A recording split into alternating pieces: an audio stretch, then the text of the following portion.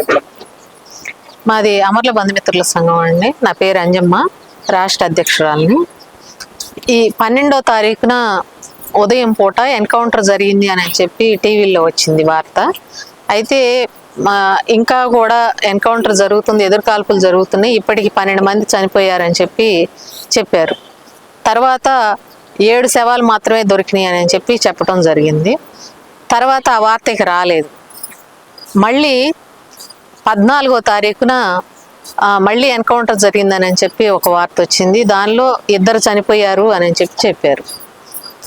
విషయం ఏంటంటే 12వ తారీఖున జరిగినటువంటి ఎన్కౌంటర్లోనే ఈ మోహన్ రావు గారిని అలియాస్ దస్రు అనే అతన్ని, అట్లాగే తనకు సహాయంగా ఉన్న అమ్మాయిని, 2ని కూడా పట్టుకొని చంపేశారు.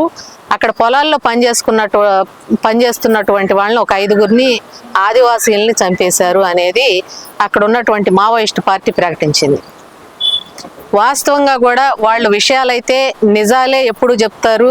వాళ్ళు చెప్పిన మాటను కూడా ఖచ్చితంగా ప్రభుత్వాల్లో వాళ్ళైనా సరే, ప్రజలైనా సరే అందరూ కూడా నమ్ముతారు. ఎందుకంటే వాళ్ళు నిజమే చెప్తారు ఏదైనా సరే అనేది ఒక నమ్మకం అనేది ఉంది అందరికీ కూడా.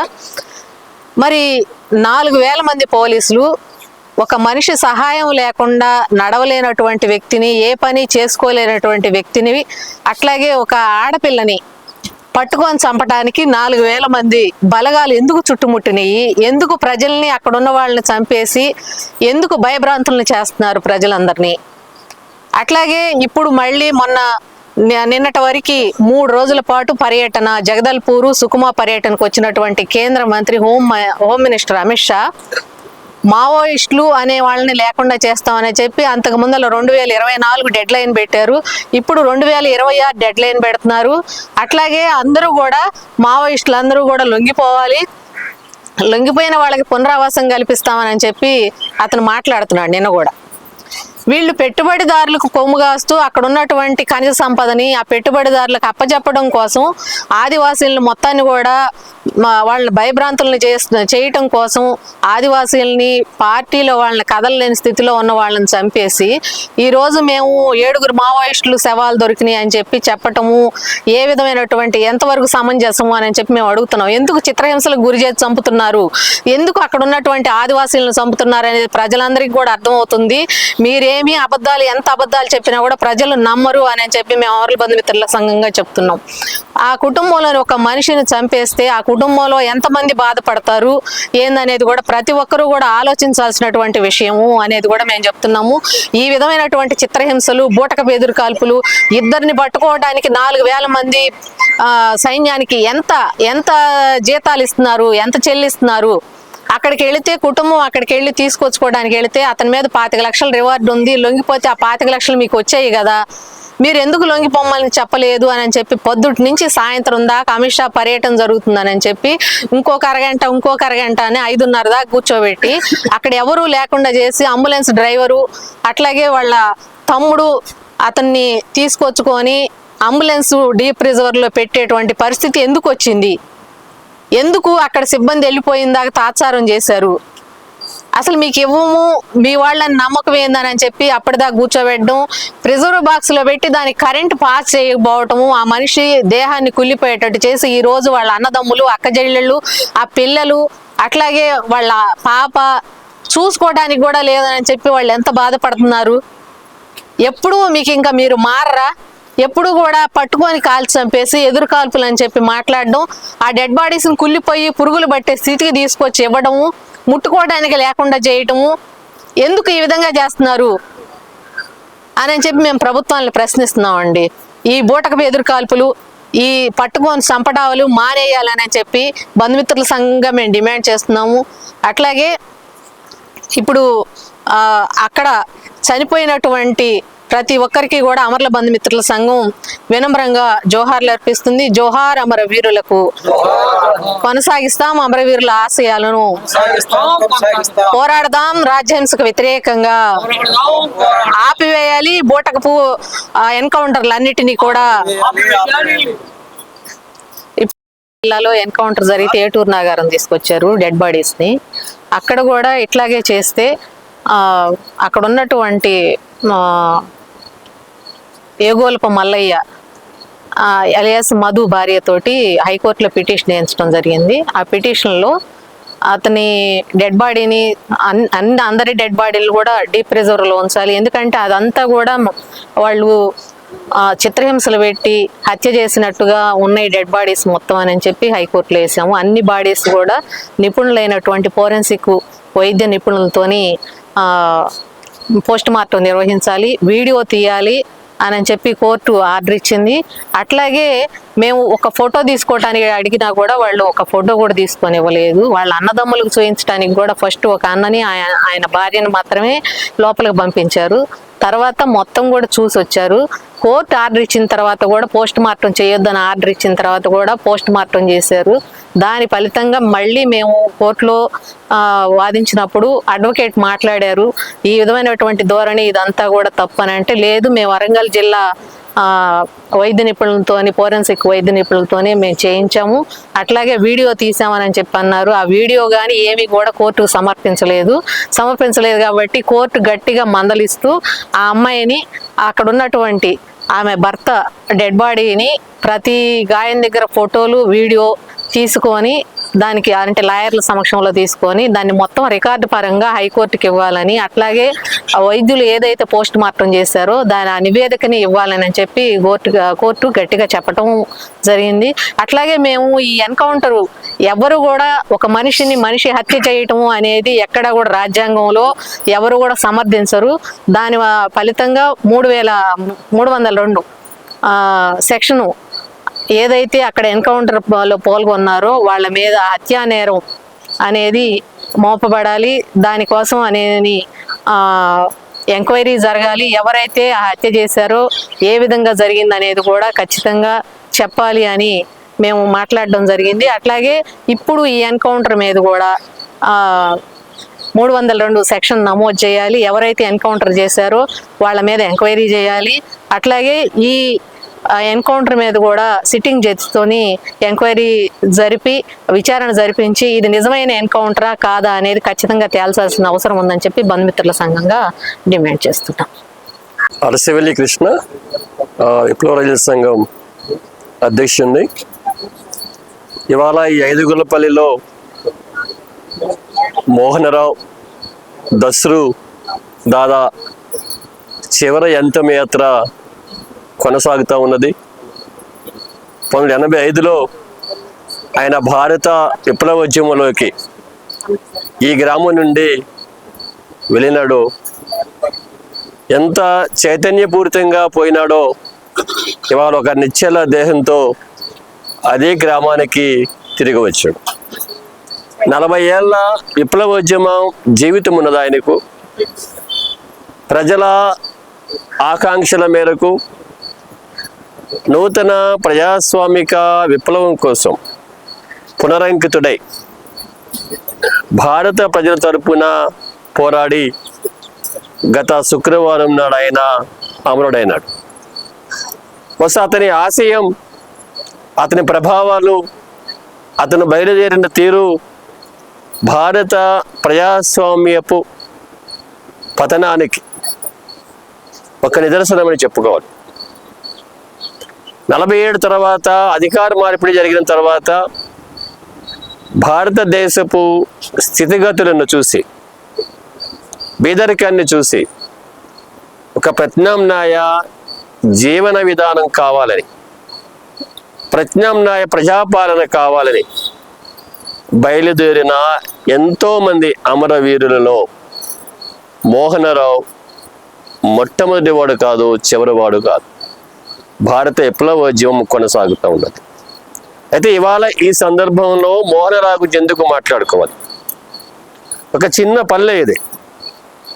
అతని మీద పడిన ప్రభావాలు, అతను అతను అతను అతను పొందిన భావజాలం, పీడిత ప్రజల కోసం పనిచేయడానికి అతను ఉద్యుక్తుడైనాడు. ఈ క్రమంలో 40 ఏళ్ళుగా కుటుంబానికి, సహచరులకి దూరమై ఇవాళ అత్యంత క్రూరంగా హత్య చేయబడినాడు. నిజానికి ఆ దేహాన్ని చూసినప్పుడు, ఆ నిర్జీవ దేహాన్ని చూసినప్పుడు భారత పాలక వర్గాలు ప్రజల కోసం పనిచేస్తున్న విప్లవకారులపై ఎంత కక్షపూరితంగా వ్యవహరిస్తున్నారో అర్థమవుతుంది. ఒక 60-65 ఏళ్ళ దాటిన ఒక వ్యక్తిని అత్యంత పాశవికంగా చంపడం, గాయాలు చేసి చంపడం, శరీరాన్ని అనేకంగా గాయపరిచిన తర్వాత చంపివేసిన తర్వాత ఎదురు కాల్పులని ప్రకటించడం. ఒక 55 ఏళ్ళ భారత విప్లవోద్యమంలో ఇది ఒక భాగమైనప్పటికీ ఇవాళ మోహనరావు ఆ దేహాన్ని చూసినప్పుడు ఇంత కర్కశంగా భారత ప్రజాస్వామ్యం ఉంటుందా? ఇంత కర్కశంగా పోలీసులు ఉంటారా? కనీసం ఎదురు కాల్పులు అనేటప్పుడు ఆ గాయాలు జరిగిన తీరు, ఆ తోటాలు దిగిన తీరు వేరుగా ఉంటుంది. కానీ మోహన్ రావు ఆ శరీరాన్ని చూసినప్పుడు తీవ్ర చిత్రహింసలు పెట్టి చంపివేశారని అర్థమవుతుంది. అమలో బంధుమిత్రుల అంజమ్మ చెప్పినట్లుగా దీనిపైన సిట్టింగ్ జడ్జితో న్యాయ విచారణ చేయాలని ఒక డిమాండ్ మేము పెడతా ఉన్నాము. అట్లానే మొన్నటి లేఖవేద ఎన్కౌంటర్లో దాదాపు 12 మంది అమరులైనట్లుగా వస్తూ ఉన్నది. ఈ అమరులందరూ మరణం వెనుక, అమరుల హత్యాకాండ వెనుక ఏమున్నది అనేది విచారణ చేయాలి. ఒక తెలుగు సమాజానికి సంబంధించినంత వరకు, ఆంధ్రప్రదేశ్ సంబంధించినంత వరకు మోహనరావు భారత విప్లవోద్యమంలో ఒక ధృవతారగా వెలిగినాడు. ఆయన 40 ఏళ్ళ కఠినమైన విప్లవోద్యమ జీవితాన్ని గడిపినాడు. ఆయన ఆ జీవితం గడపడం వెనుక అశేష ప్రజల విముక్తి స్వరం ఉన్నది. బహుశా అట్లా మోహనరావుని ఈ గ్రామం గుర్తుపెట్టుకుంటుంది, భారత ప్రజలు గుర్తుపెట్టుకుంటారు, సహచరులు గుర్తుపెట్టుకుంటారు, అదంతా పనిచేసిన వారు గుర్తుపెట్టుకుంటారు. ఒక జీవితాన్ని త్యాగము చేయడం అనేది, ఒక జీవితాన్ని ప్రజల కోసం అర్పించడం అనేది, ప్రజల కోసం అర్పించడమే కాదు, జీవితాన్ని త్యాగం చేయడం అనేది చిన్న విషయం కాదు. అది భారత విప్లవకారుల ఒక జీవన పరంపరలో కొనసాగుతూ వస్తున్న ఒక అంశం ఇది.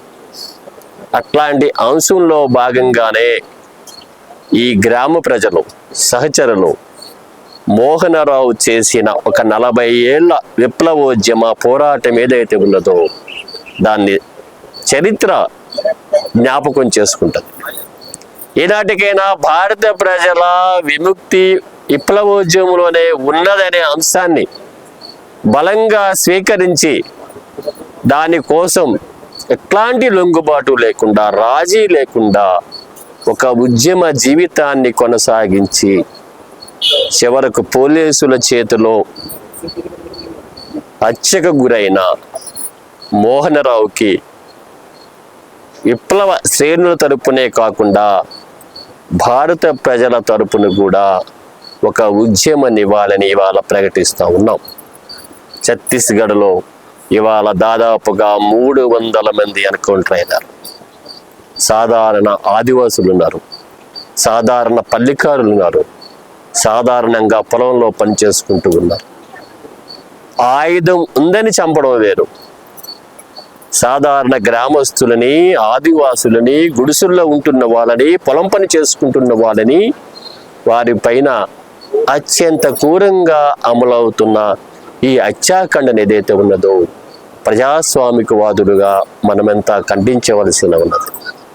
మోహనరావు ఈ మరణ సందర్భంలో మనం మాట్లాడవలసిన అంశము, భారత ప్రజాస్వామ్యం తన తైనాతీల కోసం, తన దళారీల కోసం అక్కడ నుంచి ఆదివాసుల్ని ఖాళీ చేయించి అక్కడ ఉన్న సహజ సంపదని పెట్టుబడిదారులకు కట్టబెట్టాలన్న ఆలోచనలతో భాగంగానే సాగుతున్న ఈ హత్యాకాండ నిజానికి మావోయిస్టులకు, పోలీసులకు జరుగుతున్న సమరం కాదు, ఆదివాసులకి, ప్రభుత్వాలకి జరుగుతున్న సమరం.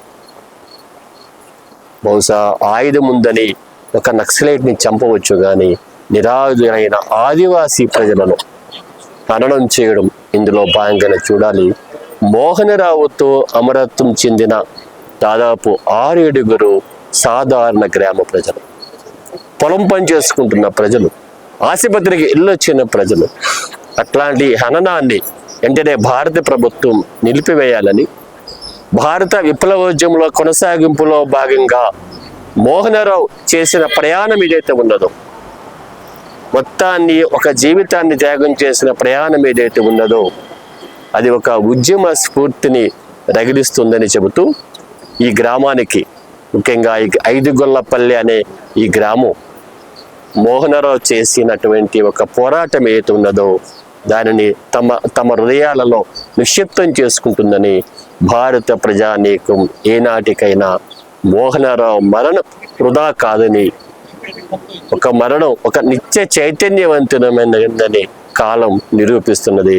ఈ సందర్భంగా మోహనరావు దస్రు దాదా 3 పేర్లతో పనిచేసి 4 దశాబ్దాల అలుపెరగని పోరాటం చేసి ఒక సజీవంగా తన ఊరు నుండి బయలుదేరిన వాడు ఒక నిర్జీవంగా ఊరికి చేరడం ఏతున్నదో ఇంతకంటే గొప్ప ఆశయం భారతదేశ చరిత్రలో వర్తమానంలో ఉండదని చెబుతూ,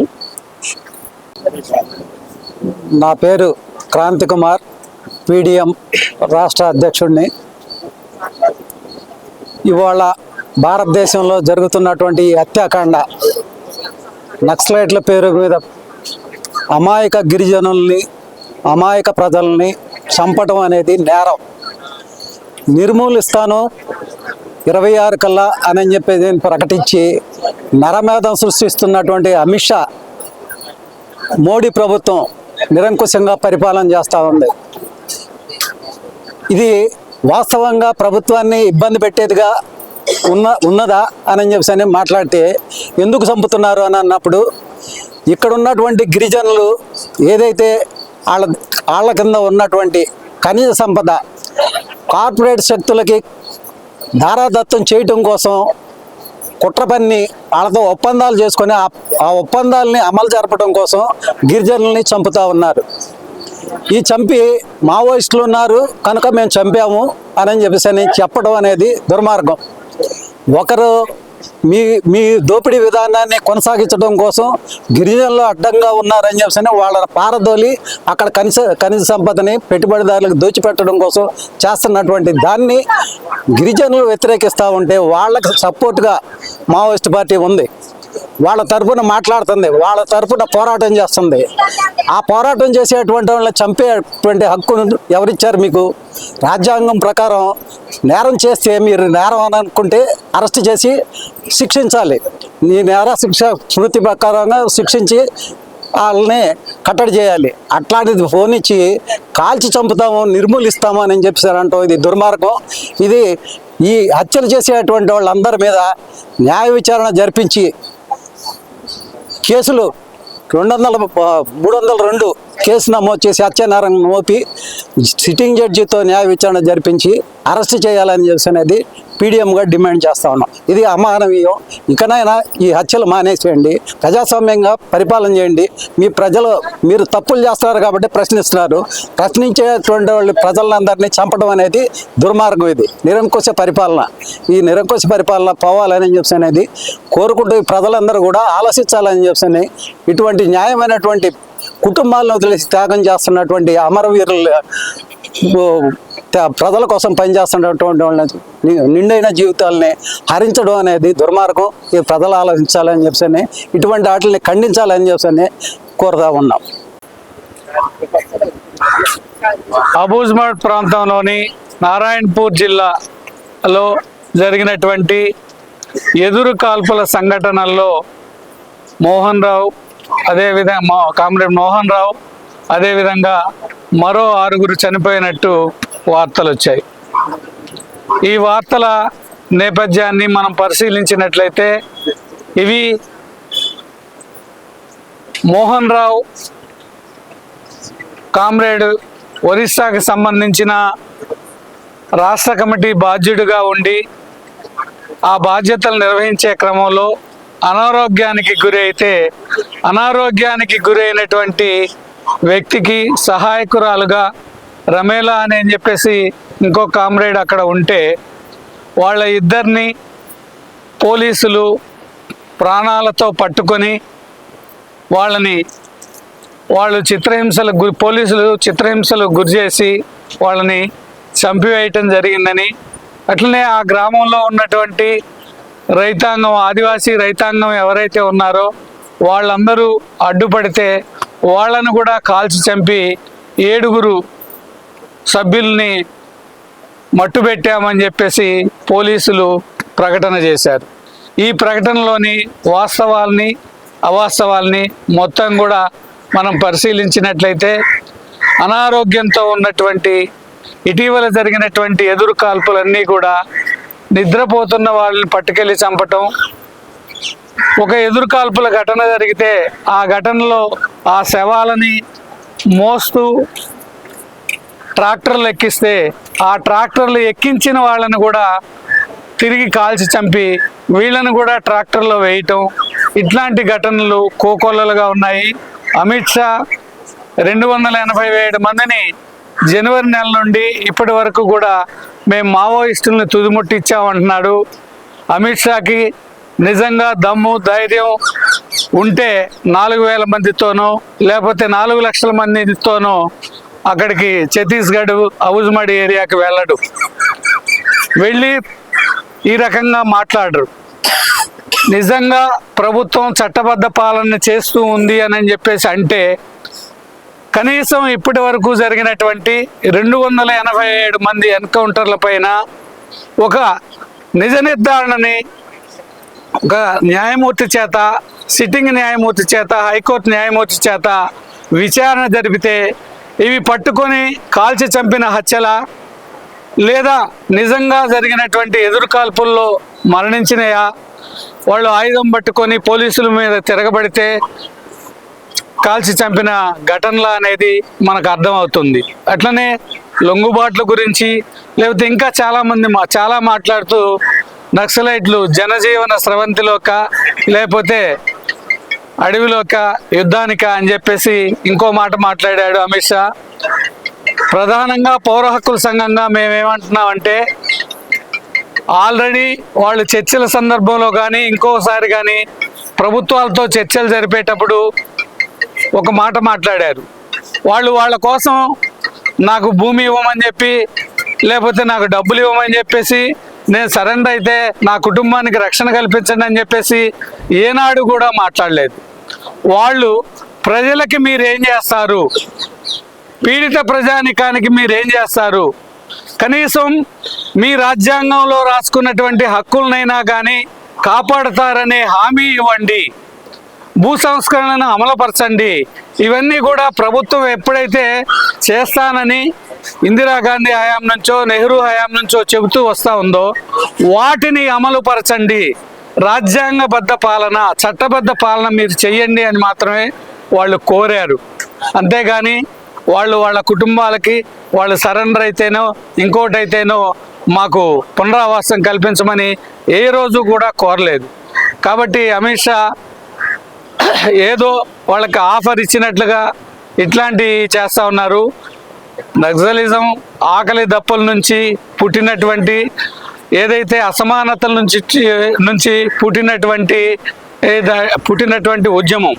కాబట్టి ఇవి లేకుండా చేయకుండా కేవలం కొద్దిమంది పారిశ్రామికవేత్తలకు మాత్రమే వాళ్ళని మాత్రమే ప్రభుత్వం వాళ్ళనే మనుషులుగా గుర్తిస్తుంది, ఇతరులను ఎవరిని కూడా గుర్తించట్లేదు.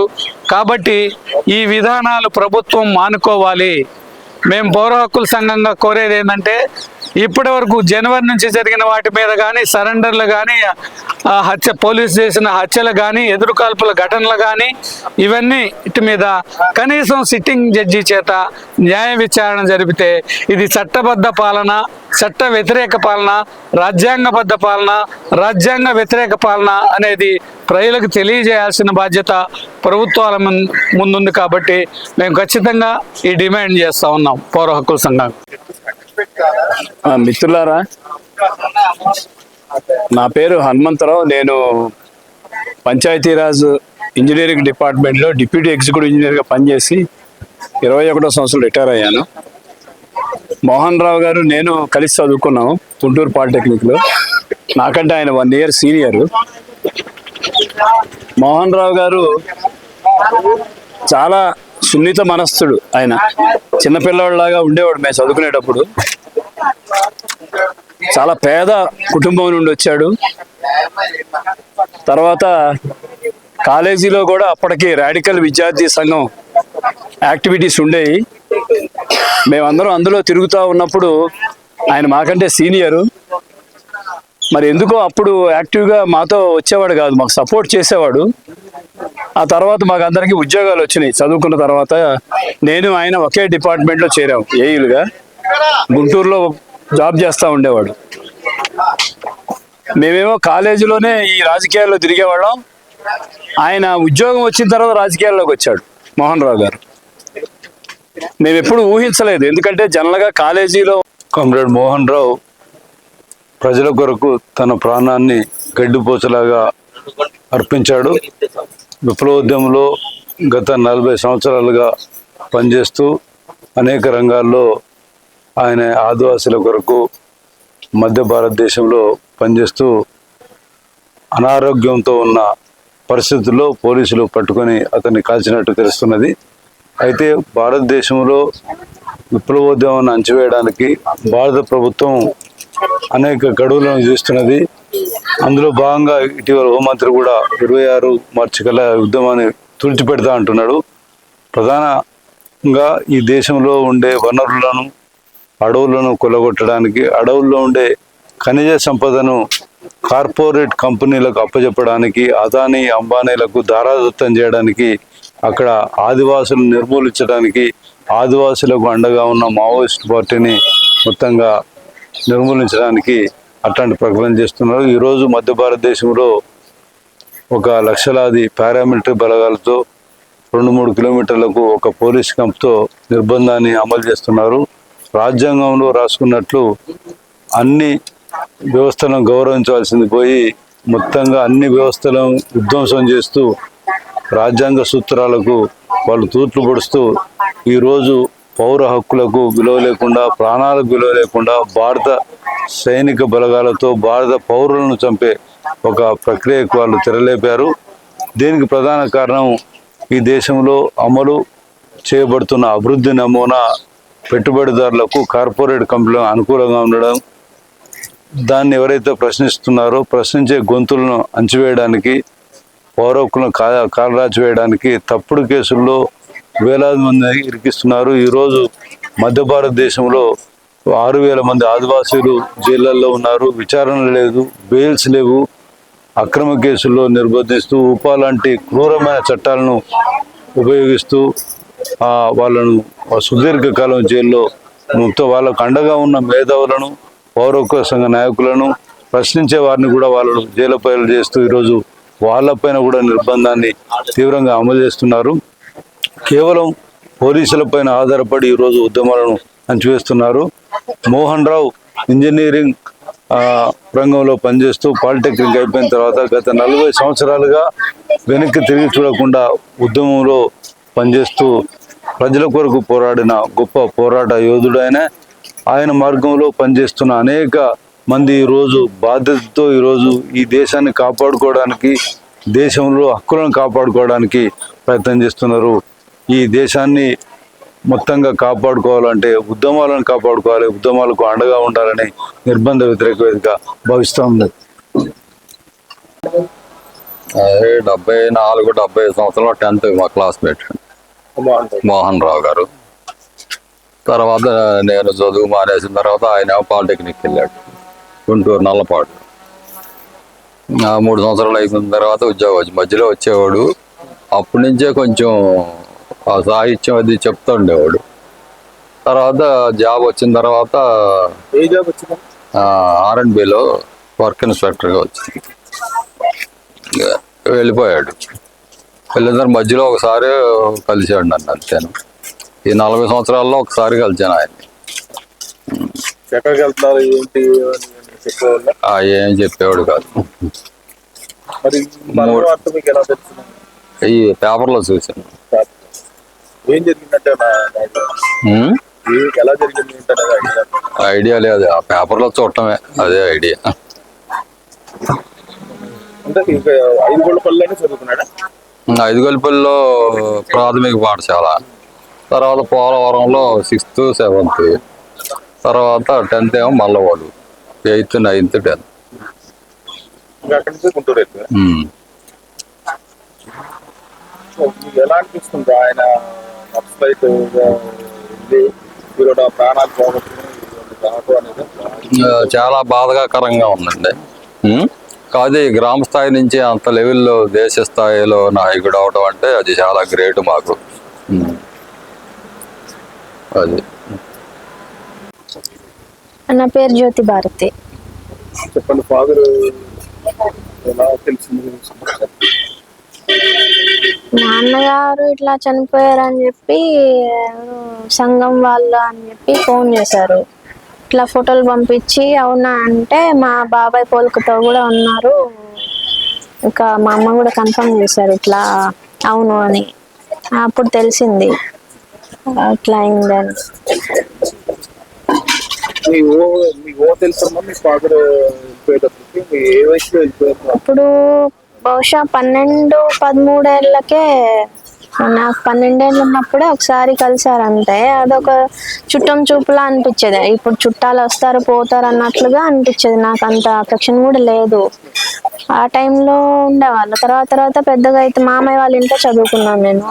తర్వాత నాకు ఫ్యామిలీ కావాలి, నాకు అమ్మ నాన్న కావాలని చెప్పేసి అమ్మ దగ్గరికి వెళ్ళాను. తర్వాత నాన్న ఎక్కడ ఉన్నాడో తెలియదు అని తెలిసింది. సరే ఇంకా కర్ణాటకలోనే నా స్టడీస్ అన్నీ అయిపోయినాయి. తర్వాత గుర్తొచ్చేది నాన్న కావాలని, కాకపోతే ఎక్కడున్నాడో తెలీదు అని చెప్పేవాళ్ళు. అమ్మ మిమ్మల్ని పెద్ద స్ట్రగుల్ పడిందమ్మా? అంటే నేను చదివిందంతా మా మామయ్యల దగ్గర, ఇంటర్ వరకు అక్కడే చదివాను. డిగ్రీ మాస్టర్స్ మళ్ళీ జాబు పెళ్ళి అంతా కూడా కర్ణాటకలోనే అయింది. ఎప్పుడు నాన్ టచ్ లో ఉంటుందని ఏమి ఉండేది? నాన్న టచ్ లో లేరు. కాకపోతే తెలిసేదా నాన్న ఎప్పుడు పోరాటంలో ఉంటాడు ఐడియా ఉందా? అంతా క్లియర్ గా తెలీదు. ఇట్లా సిపిఐ అది ఇదే ఏమో అంటే పాంప్లెట్స్ అవి ఇవి చూడడం అట్లా దాంట్లో ఏదో పని చేస్తాడు అని తెలుసు అంతే. లేదు. ఎలా చూడడం అప్పుడు మొత్తం 40 years ఫాదర్ దాకపోవటం, ఈరోజు చనిపోయాడని ఎలా తెలియటం ఎలా? అంటే ఫస్ట్ ఉన్నాడో లేదో అని డౌట్ ఉండేది. అంటే అప్పుడే ఒకలాగా లేడేమో, ఉన్నాడో లేదో అన్నట్లుగా కొంచెం ఆ రెండిటికి సిద్ధంగా అనిపించింది. ఒకసారి ఇక్కడ ఊరికి వచ్చి అంతా పోలీసులు వచ్చి ఇట్లా వెతికిండ్రు, అడిగిండ్రు నాన్న గురించి అని తెలిసినప్పుడు ఎక్కడో ఉన్నాడు అని తెలిసింది.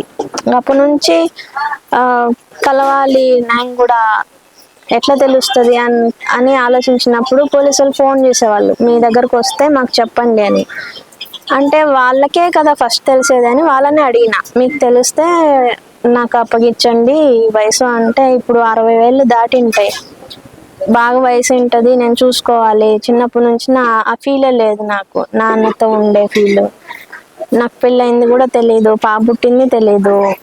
కనీసం ఈ వయసులో అన్నా నేను చూసుకోగలను, నాతో లేకపోయినా నా పాపతో ఆడుకుంటాడు అనేది ఒక కోరిక ఉండేది. అడిగాను మీకు దొరికితే నాకు అప్పగించండి అని. లాస్ట్కి ఇలా అప్పగించారు. మీ పాప ఏంటో చెప్పారా? మీ తాత తనకంత తెలియదు.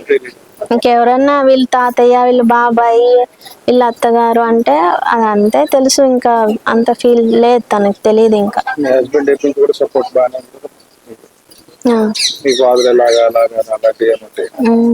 అట్లా ఏం లేదు.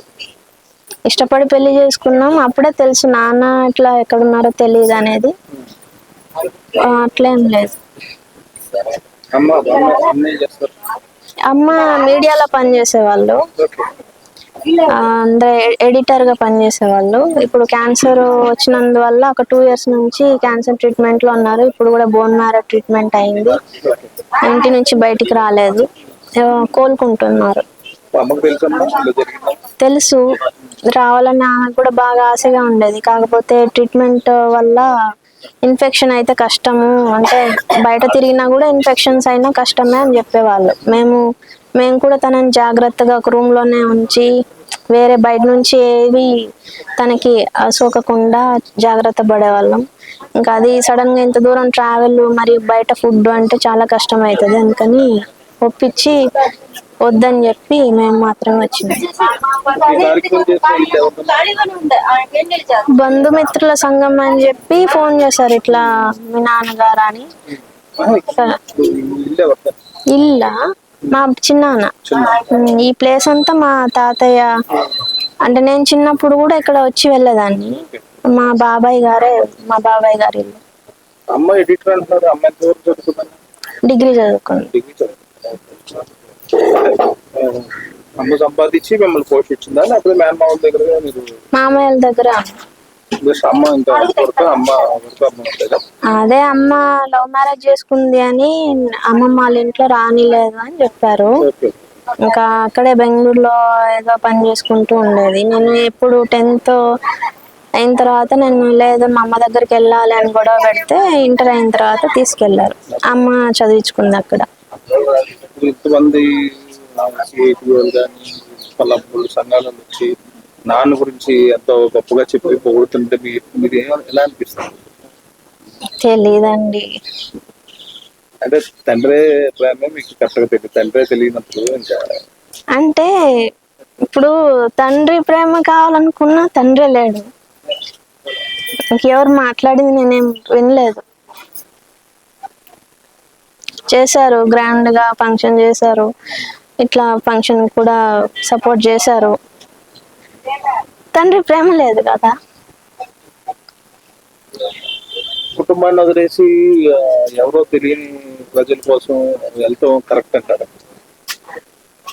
ఎవరి ఆలోచనలు వాళ్ళవి. నేను ఇప్పుడైనా కూడా నా చుట్టూ ఉన్న సామాన్యుల్ని కూడా ఎవరి ఆలోచనలు వాళ్ళవి అని వదిలేస్తాను. ఇప్పుడు నాదే కరెక్ట్, నేను నాది చెయ్యండి అని మా హస్బెండ్ని కానీ తమ్ముళ్ళని కానీ ఎవరిని అట్లా ఫోర్స్ చేయను. ఆయనది కూడా అట్లానే ఉండిండొచ్చు అని. ఓకే, ఆయన ఆత్మకైనా శాంతిగా ప్రశాంతంగా ఉండాలని కోరుతున్నాను. నమస్తే ఫ్రెండ్స్, నేను మీ రూపిణి. మీ అందరూ చాణక్య ఛానల్లో వీడియోస్ చూస్తున్నారు కానీ వాటికి లైక్ చేయట్లేదు అండ్ సబ్స్క్రైబ్ చేయడం మర్చిపోతున్నారు. మీరు కనుక చాణక్య ఛానల్కి సబ్స్క్రైబ్ చేస్తే మాకు ఇంకా మంచి వీడియోస్ని, న్యూసెస్ని చేయడానికి మాకు మోటివేషన్ ఉంటుంది. Thank you and don't forget to subscribe Chanakya channel.